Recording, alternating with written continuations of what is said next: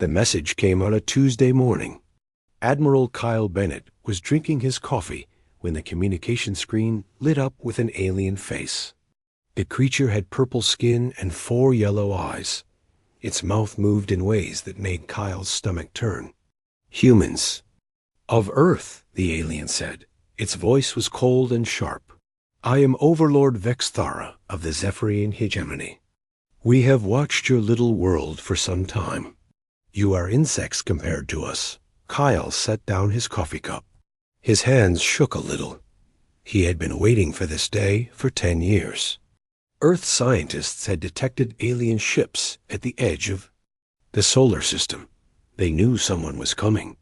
"You have 72 hours to surrender," Vexthara continued. "Give us your resources. Submit to our rule. If you refuse, we will burn your world to ash. Your weapons cannot hurt us. Your ships are toys. Your people are nothing." The message ended. Kyle stared at the blank screen for a long moment. Then he pressed the emergency button on his desk. Red lights flashed throughout the building.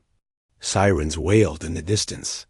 Captain Lisa Rodriguez was the first to arrive. She ran into Kyle's office with sweat on her face. "Admiral, I saw the message. The whole fleet received it. How many ships do we have ready?" Kyle asked. 53 warships, Lisa said. "The UDS Vengeance is our strongest. But, sir, their technology is hundreds of years ahead of ours." Kyle nodded. "Get President Clark on the line. We need to meet right now." Within an hour, Earth's leaders gathered. In the war room, President Nathan Clark sat at the head of the table. His face was pale but determined. General Amy Foster spread out star charts and ship designs. Dr. Marcus Webb carried a thick folder marked Top Secret. "Gentlemen, ladies," President Clark began. We all heard the message. "What are our options?" General Foster spoke first. "We can't win a straight fight. Their smallest ships are bigger than our largest.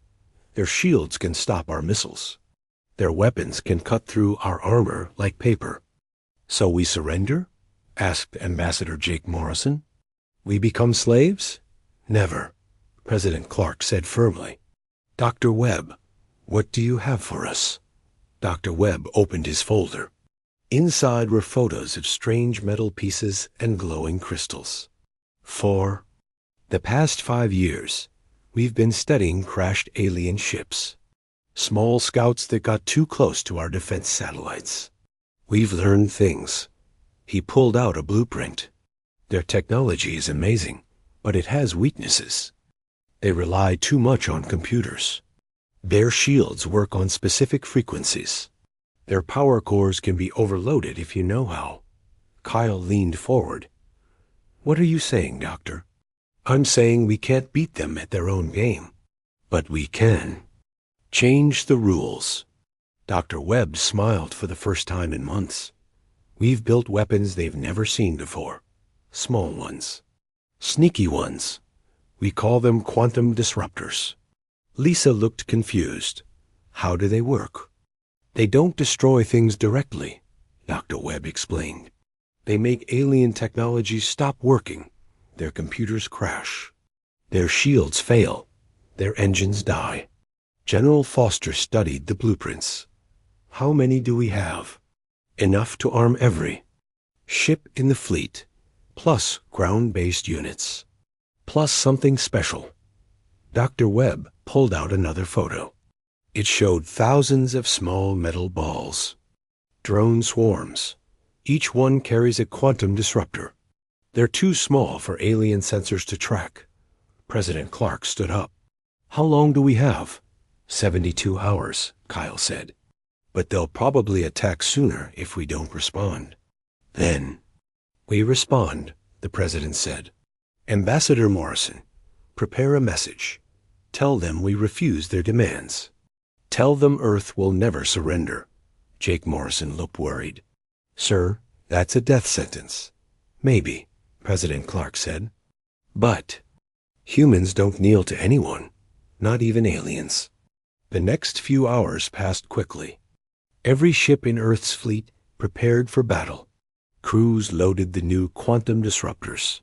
Engineers installed Dr. Webb's special equipment. Soldiers said goodbye to their families. Captain Rodriguez stood on the bridge of the UDS Vengeance. Her crew worked around her, checking systems and loading weapons. She looked out at the stars and wondered if she would see another sunrise. "Captain," her communications officer called. "We're receiving a response from the aliens." The main screen showed Overlord Vexthara again. This time, the alien was laughing. "Foolish humans. You think you can fight the hegemony? We have conquered 1,000 worlds. We have destroyed species far stronger than you." Behind Vexthara, Lisa could see the alien bridge. Dozens of creatures worked at strange controls. The ship itself was massive, bigger than anything Earth had ever built. "Your ships are primitive," Vexthara continued. "Your weapons are ancient. In 24 hours, our fleet will arrive. You will have one last chance to surrender. If you refuse, we will show you what real power looks like." The message ended. Lisa turned to her crew. "You heard the alien.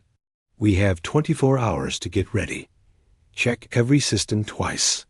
Load every weapon we have. And remember, we're not just fighting for Earth. We're fighting for every human who ever lived." Far below, in his underground laboratory, Dr. Webb made final adjustments to his quantum disruptors. He had worked for 5 years on these devices. Now he would find out if they could save humanity. The countdown had begun.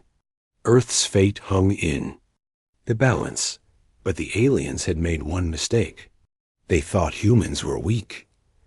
They thought Earth would be easy to conquer. They had no idea what they were about to face. In space, the alien fleet approached. Massive ships moved through the darkness like metal sharks. Their weapons could destroy planets. Their shields could stop any attack Earth had ever tried. They were certain of victory.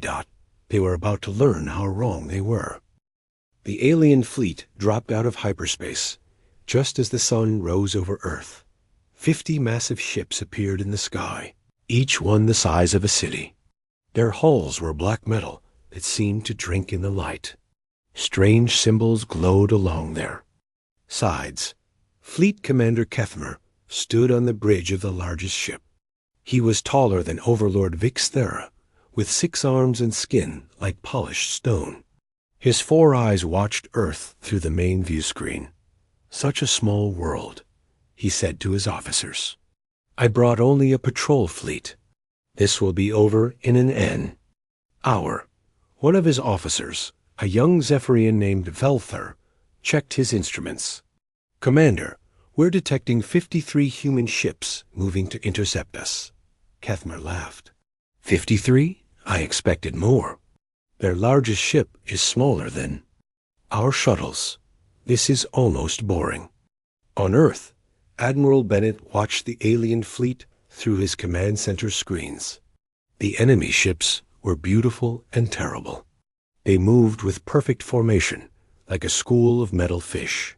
"All ships, this is Admiral Bennett," he spoke into his communicator. "Execute Battle Plan Alpha. Remember, we're not trying to win. We're trying to survive long enough to learn." Captain Rodriguez heard the order on her bridge. The UDS Vengeance was leading the human fleet toward the aliens. Around her, the crew worked with quiet determination. They all knew they were probably going to die. "Captain," her weapons officer called, "we're in range of their lead ship." "Fire conventional weapons first," Lisa ordered. "Let's see what we're dealing with." The Vengeance launched a spread of nuclear missiles. The bright lights streaked across space toward the alien flagship. Lisa watched through her scope as the missiles struck the ship's shields. There was a flash of blue light, and then nothing. The alien ship wasn't even scratched. "Their shields are stronger than we thought," the weapons officer reported. Commander Kethmer barely noticed the human attack. Was that supposed to hurt us? He asked his crew. Return fire. 1 shot. Make it quick. A beam of red energy lanced out from the alien ship. It struck the human destroyer UDS Defender. The ship simply vanished in a ball of fire. 47 people died in an instant, but the human fleet didn't run. More ships moved forward, firing their weapons. Missiles and energy beams struck the alien shields. Nothing got through. The aliens destroyed 2 more human ships without any effort. This is pathetic, Kethmer said. Velther, signal the other ships. Tell them to spread out and destroy the human fleet, but leave their planet intact. We'll need the resources. The alien ships began to move. They were graceful and fast. Each one could destroy a human ship with a single shot. It looked like the battle would be over in minutes, but Admiral Bennett had been waiting for this moment. All ships execute battle. Plan Beta, release the surprises. Hidden among the human fleet were smaller ships. They had been invisible to alien sensors, protected by new stealth technology. Commander Rick Hayes led these ghost ships as they moved toward the alien fleet. "This is Hayes," he whispered into his communicator. "We're in position. Quantum disruptors are armed." Dr. Webb had spent the last 24 hours installing his devices on every ship. Now it was time to test them. The quantum disruptors were small, but they were designed to do something the aliens had never seen before. Fire, Hayes ordered. The disruptors didn't make bright flashes or loud noises. They sent out invisible waves of energy. The waves passed through the alien shields like they weren't there. They struck the alien ships and penetrated their hulls. At first, nothing happened. The alien ships continued their attack. They destroyed another human vessel. Commander Kethmer was already planning his victory speech. Then the first alien ship started to shudder. Its lights flickered. Its weapons stopped firing. The ship began to drift sideways, out of control. "What's happening?"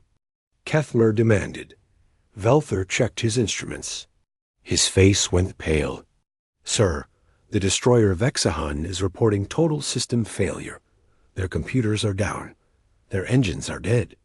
"How is that possible?" Before Velther could answer, 2 more alien ships began to malfunction. Their shields vanished. Their weapons went dark. The mighty vessels that had seemed unstoppable were now floating helplessly in space. Captain Rodriguez saw her chance. Target the ship with no shields. Fire everything. The Vengeance launched every weapon it had. Without shields, the alien ships. Hull cracked and burned. Atmosphere leaked out in long streams. The ship was badly damaged, but still intact.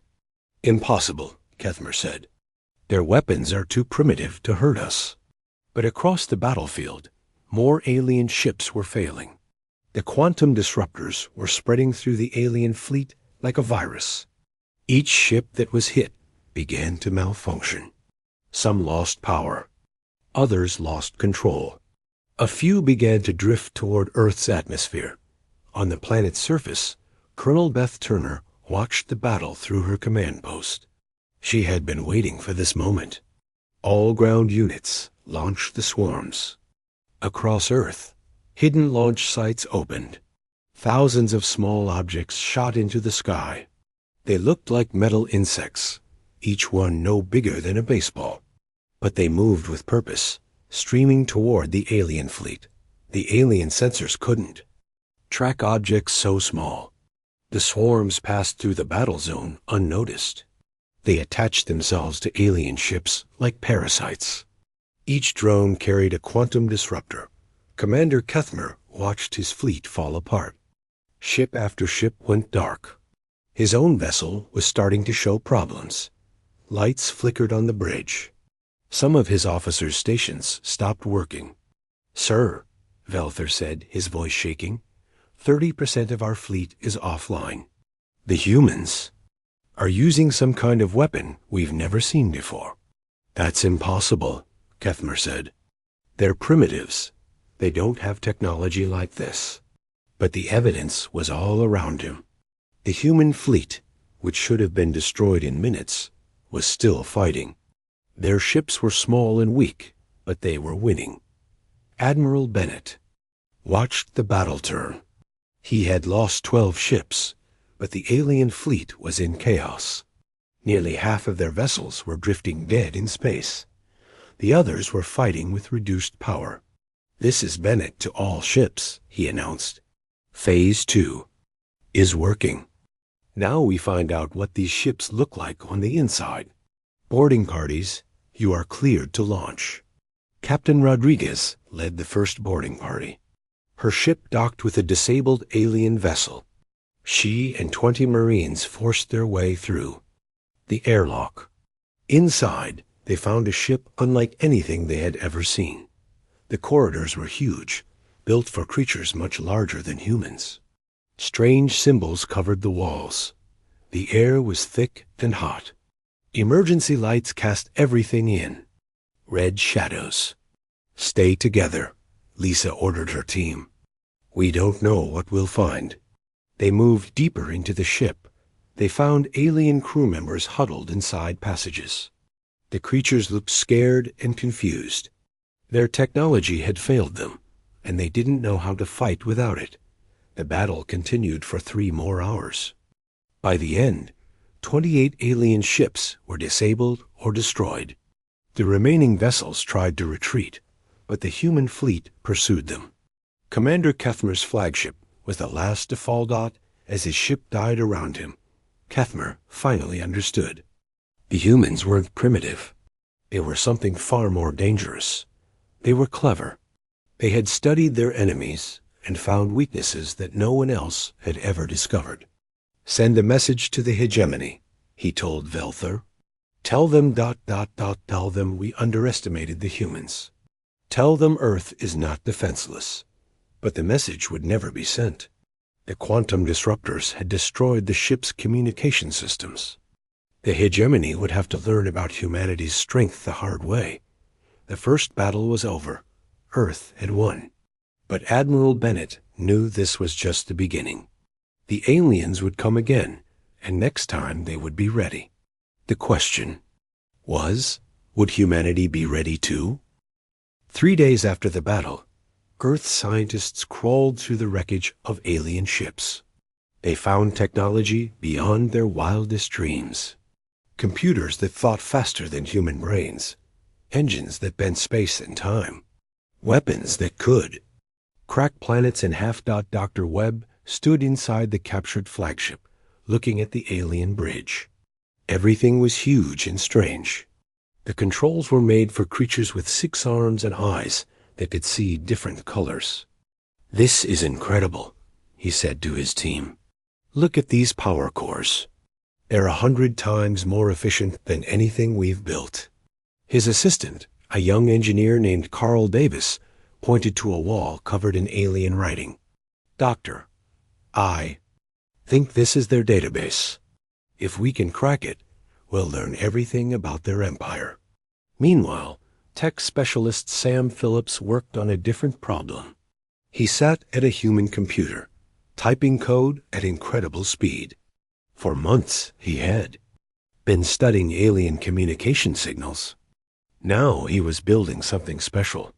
"Got it," Sam said to his partner, Nina Blake.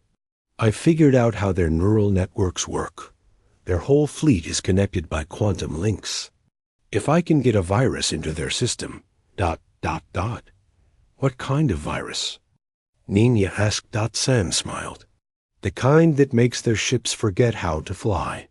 While the scientists worked, Captain Rodriguez prepared for the next phase of the war. She knew the aliens would send more ships. Earth needed to be ready. "How many boarding parties can we train?" She asked Colonel Beth Turner. 200 Marines, Beth replied. "But they'll need special equipment. Fighting inside alien ships is different from fighting on Earth," Lisa nodded. "The aliens are bigger and stronger than us, but they're not used to close combat. They've relied on their technology for too long." She was right. The Zephyrians had conquered worlds through superior firepower. They had never faced an enemy that could disable their ships and force them to fight. Hand. Lieutenant Casey Brooks led the first training session. She was small but fierce, with scars from a dozen battles. Her Marines gathered around her. In the training room, "Listen up," she said. "Aliens are tough, but they're not invincible. Their weakness is that they don't know how to adapt. They follow the same tactics they've used for thousands of years." She pulled out a captured alien weapon. It was sleek and deadly, but also complex. "This energy rifle can burn through steel, but it needs special crystals to work. Break the crystal, and the weapon is useless." The Marines practiced with captured alien equipment. They learned to move through the huge corridors of alien ships. They studied weak points in alien armor. Most importantly, they learned to think like humans, not like aliens. On the other side of the solar system, Agent Monica Cruz worked on her own mission. She had been intercepting alien communications for weeks. Now she was ready to strike back. "There. Command structure is rigid," she explained to Admiral Bennett. "Every ship reports to a sector commander. Every sector commander reports to a fleet admiral. If we can break their communication chain, their whole system falls apart." Bennett looked at the star charts on his wall. Red dots marked alien worlds. Blue dots marked Earth's allies. There weren't many blue dots yet. "How do we break their communications?" he asked. Monica pointed to a device on the table. It looked like a small metal box with glowing crystals. "Quantum transmitter. We can use it to send false orders to their fleets. Make them think their own commanders are giving new instructions." "What kind of instructions?" "A kind that makes them fight each other instead of us." While Earth prepared its counterattack, the Zephyrian hegemony was in chaos. Overlord Vexthara stood in his throne room, surrounded by his advisors. The news from Earth had shaken the entire empire. "How did they do it?" he demanded. "How did primitives destroy a full patrol fleet?" His science advisor, a nervous creature named Flexvar, consulted his datapad. "My lord, we're still analyzing the wreckage. But it appears they used some kind of quantum weapon. It interferes with our neural networks." "Impossible. No species has ever developed such technology." "Yes, my lord. That's what makes it so dangerous. We've never defended against something like this." Vexthara turned to his military commander. "Send the 3rd Battle Fleet, 100 ships. That should be enough to crush these humans." But the military commander looked worried. "My lord, perhaps we should study their weapons first. Learn how they work. Then we can develop defenses." "No," Vexthara said. "The humans got lucky once. It won't happen again. Crush them quickly, before other worlds get ideas about rebellion." The 3rd Battle Fleet was already moving toward Earth, but they didn't know that Sam Phillips had cracked their communication codes. Every message they sent, every order they received, was being intercepted by human intelligence. "They're coming," Monica reported to the War Council. 100 ships. They'll be here in 5 days. President Clark looked grim. "Can we handle that many?" Admiral Bennett studied the tactical display. "Not with conventional weapons. But we've learned a lot from the first battle. Dr. Webb, how many quantum disruptors do we have now?" "Enough for every ship in the fleet," Webb replied. "Plus ground-based units. Plus something new." He pulled out a blueprint. "Quantum mines. We can hide them in space. When the aliens arrive, they'll fly right into our trap. And if that doesn't work, then we go to Plan B," Captain Rodriguez said. "We take the fight to them." The next 5 days passed quickly. Earth's fleet prepared for the largest battle in human history. Every ship was equipped with quantum disruptors. Every Marine trained for boarding actions. Every pilot studied alien ship designs. But the real preparation happened in secret. Commander Hayes led a small fleet of stealth ships to the edge of the solar system. They carried a special cargo, virus-infected communication devices. Remember, Sam Phillips told Hayes over the radio, you need to get within 1,000 kilometers of their flagship, then release the virus package. It will spread through their entire fleet in minutes. Hayes nodded. And then what? Then their ships will start attacking each other. The virus will make them think they're fighting rebels instead of allies. The alien fleet arrived exactly when Monica predicted. 100 massive ships dropped out of hyperspace. Their formation was perfect. Their weapons were charged. They were ready to destroy Earth once and for all.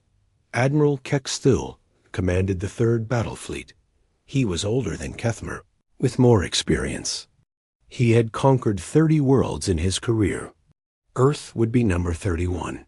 Scan the system, he ordered. Find their fleet. His sensors detected 57 human ships. They were spread out across the solar system, hiding behind planets and asteroids. It looked like a desperate defensive plan. Pathetic, Kexthal said. They're trying to make us chase them. Very well. All ships spread out. Hunt them down one by one. But as the alien ships separated, they flew into Sam Phillips' trap. Hidden quantum mines activated throughout the solar system. The mines were small and hard to detect, but they carried powerful virus packages. The first mine attached itself to the alien flagship. Kexthal didn't even notice it. The virus began to spread through the ship's computer systems. Within minutes, it jumped to other ships through their communication links. Admiral, his communications officer reported, we're receiving strange signals from the rest of the fleet. What kind of signals? Attack orders. They're telling us to fire on the other ships. Kexthal frowned. That's impossible. I'm the only one who can give such orders.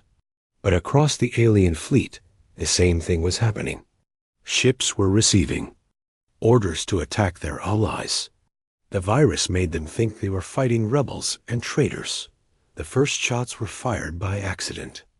A nervous gunner saw another ship turning toward him and panicked. His energy beam struck the other ship's hull. That ship's crew thought they were under attack and fired back. Within minutes, the entire alien fleet was fighting itself. Ships that had worked together for decades were now trying to destroy each other. The virus spread faster than the aliens could shut it down. This is madness, Kexthal said. All ships cease fire. That's a direct order. But his order never reached the other ships. The virus had taken over their communication systems. Every ship heard different orders. Some were told to attack the flagship. Others were told to retreat. Most were told to keep fighting. Admiral Bennett watched the chaos from his command center. The alien fleet was tearing itself apart. No human shots had been fired, but 20 alien ships were already destroyed or disabled. It's working, he said to his staff. Sam's virus is better than we hoped. But the battle wasn't over. Some alien ships had managed to shut down their infected systems. They were still dangerous, and they were angry. This is our chance, Captain Rodriguez said. While they're confused, we attack. The human fleet moved in.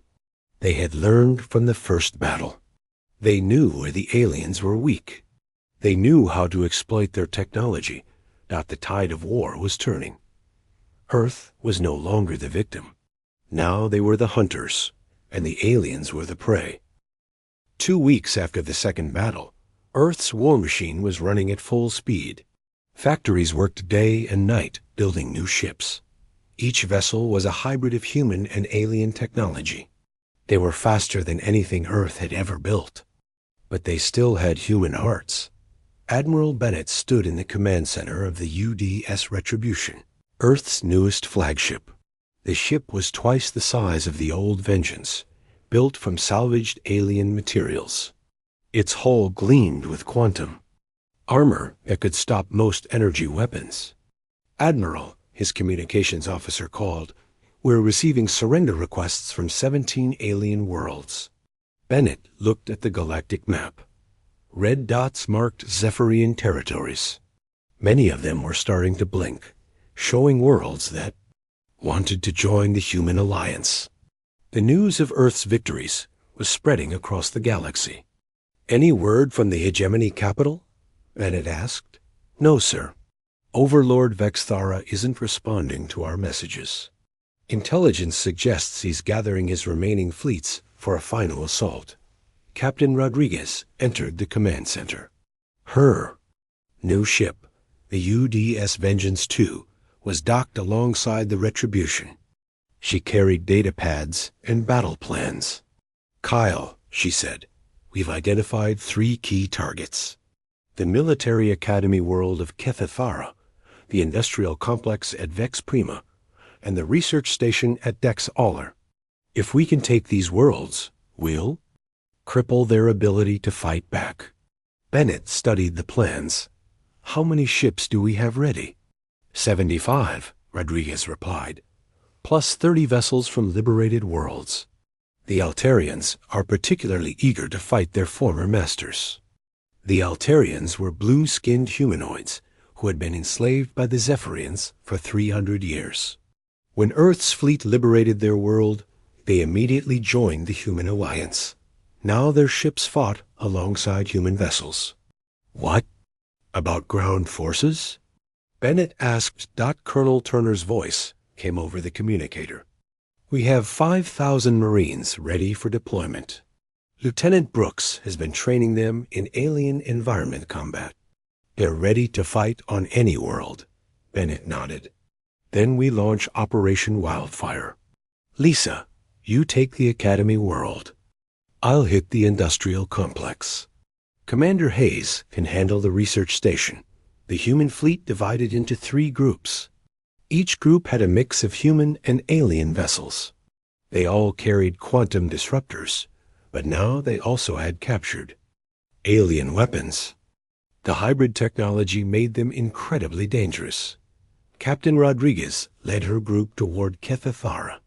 The military academy was where young Zephyrians learned to be soldiers.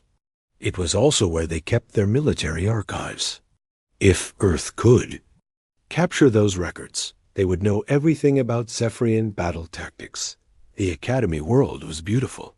It had purple skies and silver cities.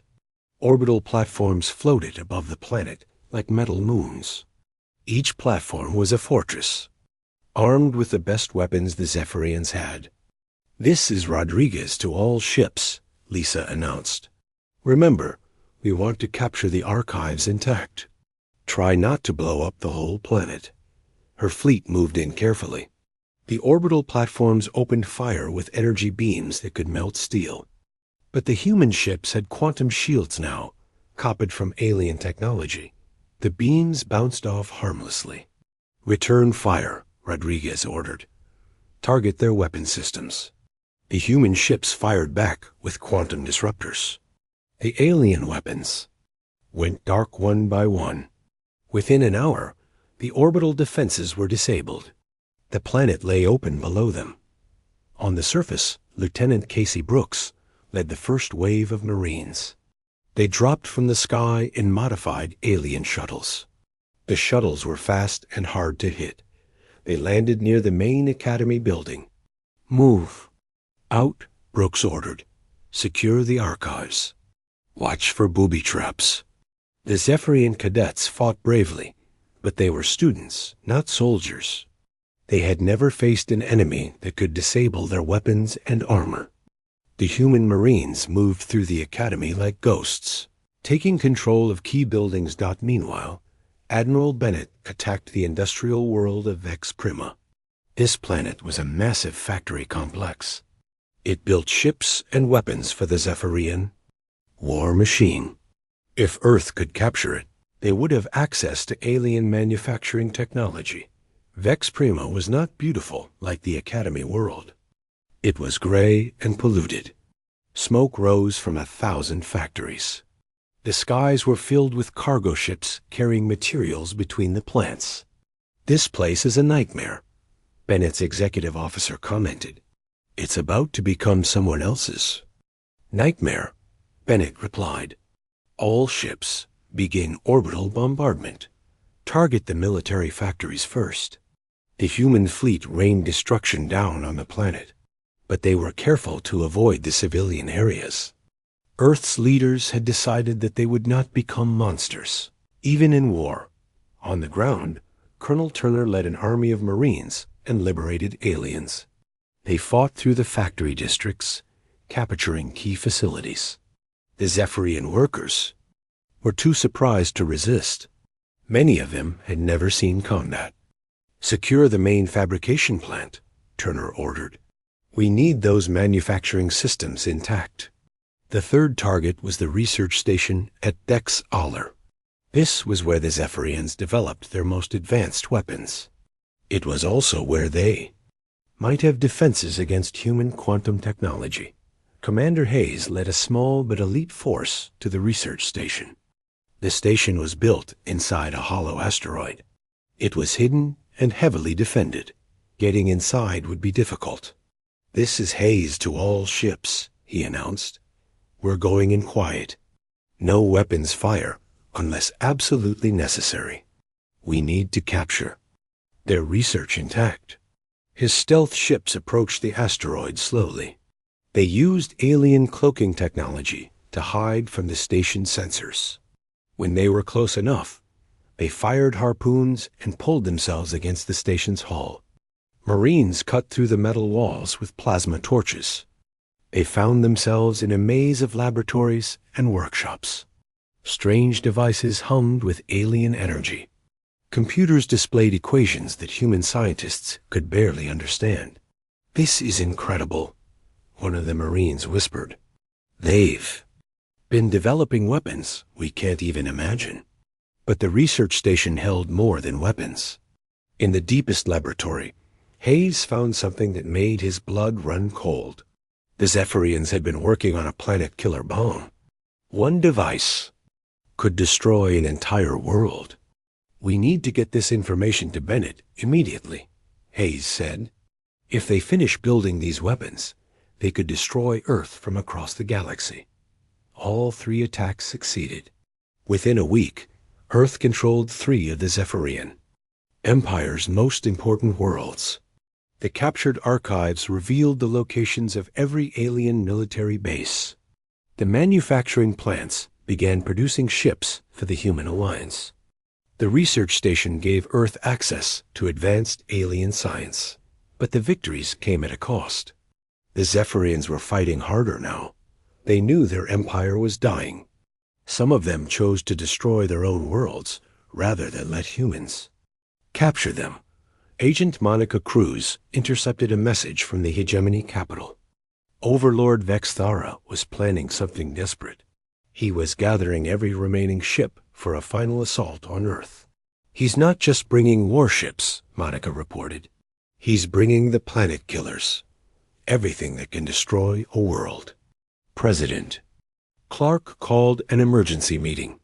Earth's leaders gathered in the secure bunker beneath the Capitol. The news was grim. "How many ships is he bringing?" Clark asked. "Our best estimate is 300, Admiral Bennett replied, "plus 50 planet-killer vessels. If they reach Earth, they can destroy our entire solar system. Then we stop them. Before they get here," Captain Rodriguez said, "we take the fight to their capital." Dr. Webb had been quiet during the meeting. Now he spoke up. "I've been studying the captured research. The Zephyrians have a weakness we can exploit. Their planet-killer weapons are connected to their main computer network. If we can infect that network with a virus... the weapons will turn on their own ships," Sam Phillips finished. "I can write that virus, but I'll need to get close to their capital world." Bennett stood up. "Then that's what we'll do. We're not going to wait for them to attack Earth. We're going to end this war at the source." The final battle was coming. Earth's forces were ready. They had learned from every fight.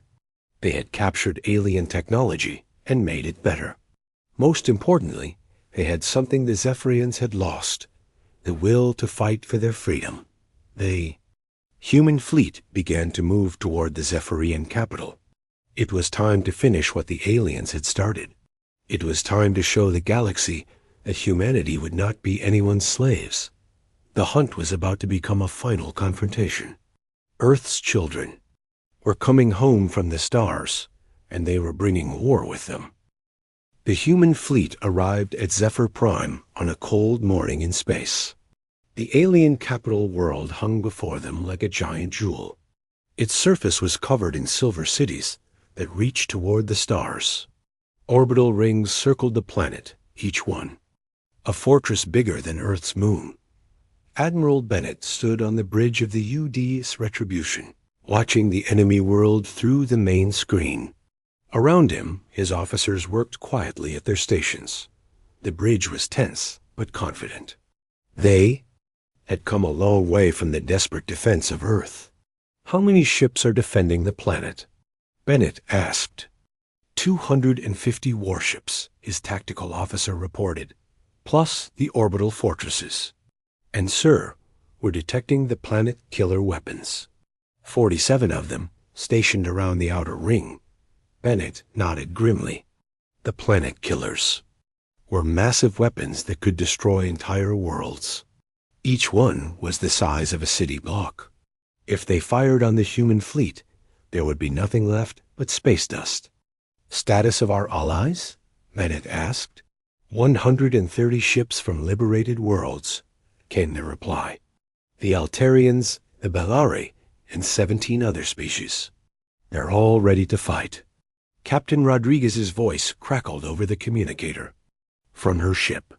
"Kyle, we're receiving a transmission from the planet. It's Overlord Vexthara himself." The main screen changed to show the alien leader. Vexthara looked older than before. His purple skin was pale, and his 4 eyes were filled with fear and anger. Behind him, Bennett could see the panic on his throne room. "Admiral Bennett," Vexthara said, his voice shaking. "You have made a terrible mistake coming here. This is our capital world. It is defended by weapons that can crack stars. Leave now, and I will allow your species to live as our slaves." Bennett stepped forward. "Overlord, we didn't come here to negotiate. We came here to end this war. Surrender now, and we'll show mercy to your people."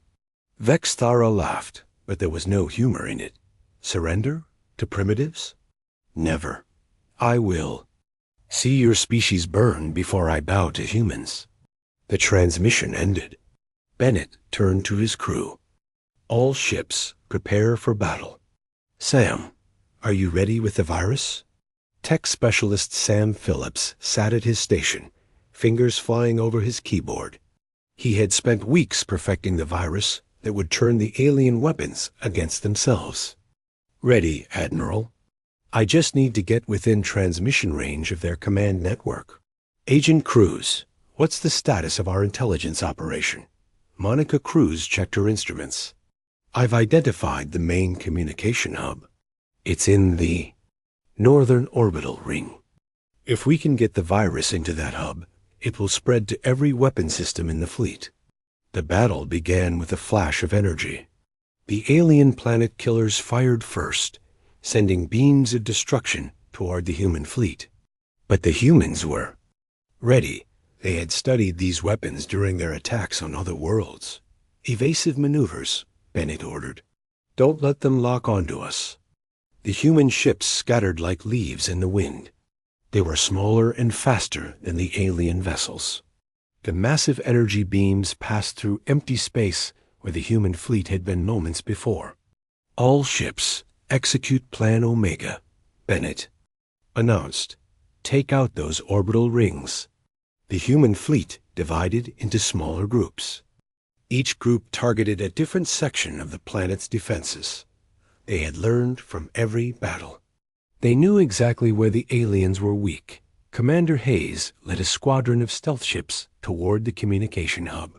His mission was to get Sam Phillips close enough to upload the virus. It was the most dangerous job in the battle.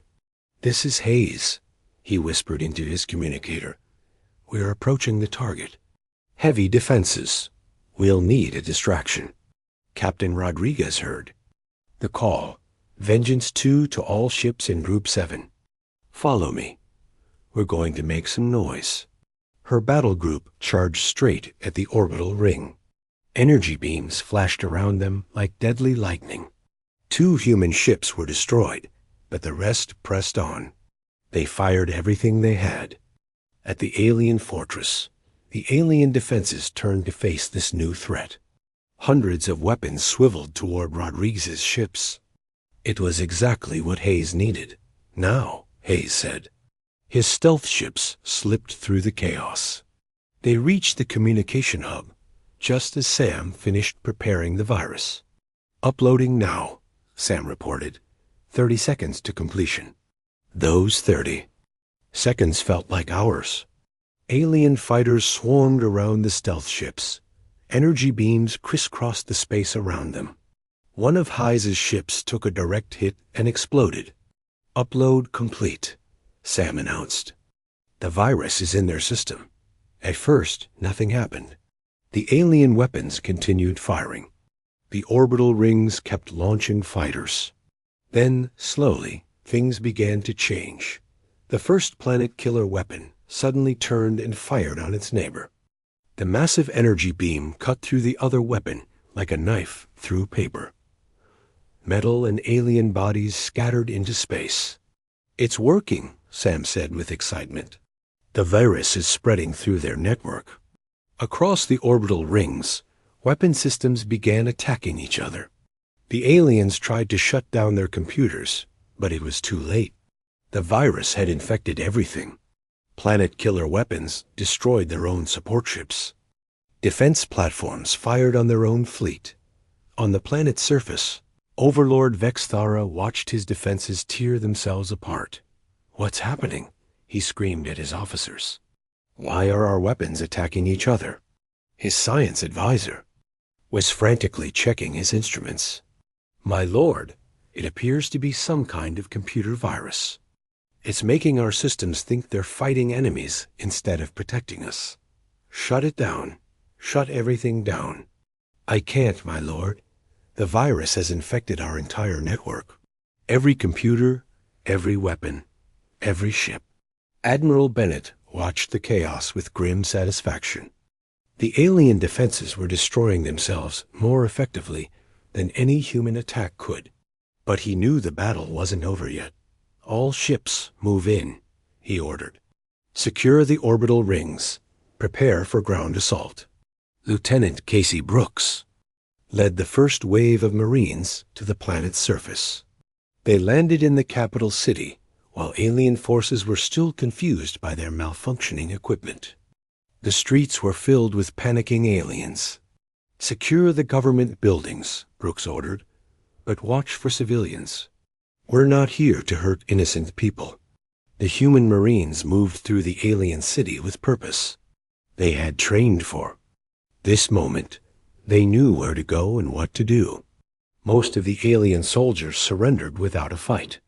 Their weapons didn't work, and their leaders were nowhere to be found, deep in his underground bunker. Overlord Vexthara made one last, desperate decision. If he couldn't defeat the humans, he would take them down with him. He reached for the controls of the planet's core destabilizer. "If I die, we all die," he said to his remaining officers. "I'll crack this planet in half." But Agent Monica Cruz had been tracking his communications. "Admiral," she called over the radio, "Vexthara is trying to destroy the planet. He's in Bunker Complex 7, Level 15. Colonel Turner was already on the surface with her assault teams. "We're on it," she reported, moving to intercept. The race was on. Turner's soldiers fought their way through the alien bunker, while Vexthara tried to activate the planet destroyer. The weapon would take 10 minutes to charge. Turner had 9 minutes to stop him. "Blow the blast doors," she ordered. Her soldiers used captured alien explosives to break through the bunker's defenses. They fought room by room, getting closer. To the control center dot with 1 minute left, Turner burst into Vexthara's command room. The alien overlord stood at a massive control panel. His hands hovered over the final activation switch. "Stop," Turner commanded, pointing her weapon at him. "Step away from the controls."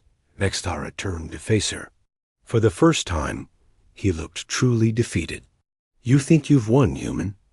You think you can rule the galaxy? You're just primitives with stolen technology." "Maybe," Turner said. "But we're primitives who never give up. We don't conquer worlds. We liberate them. What difference does it make? Power is power. The difference is that we're offering your people a choice. Join our alliance as equals, or go your own way in peace. We're not here to become new overlords." Vexthara stared at her for a long moment, and his shoulders slumped in defeat. He stepped away from the controls. "I surrender," he said quietly. The war was over. Across the galaxy, news of Vexthara's surrender spread faster than light. Alien worlds that had been slaves for thousands of years suddenly found themselves free. Some joined the human alliance. Others chose independence. A few tried to build empires of their own, but they found that humanity wouldn't allow new tyrants to rise. 3 months later, Admiral Bennett stood in the assembly hall of the new Galactic Council.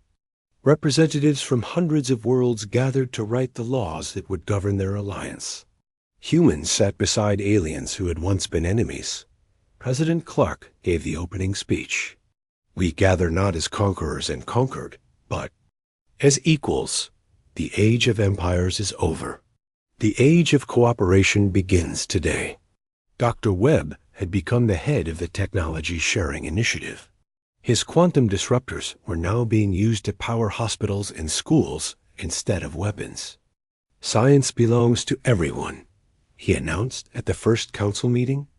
"We will share our knowledge freely, as long as it's used for peaceful purposes." Captain Rodriguez commanded the new Galactic Defense Force. Her ships patrolled the spaceways, keeping Piak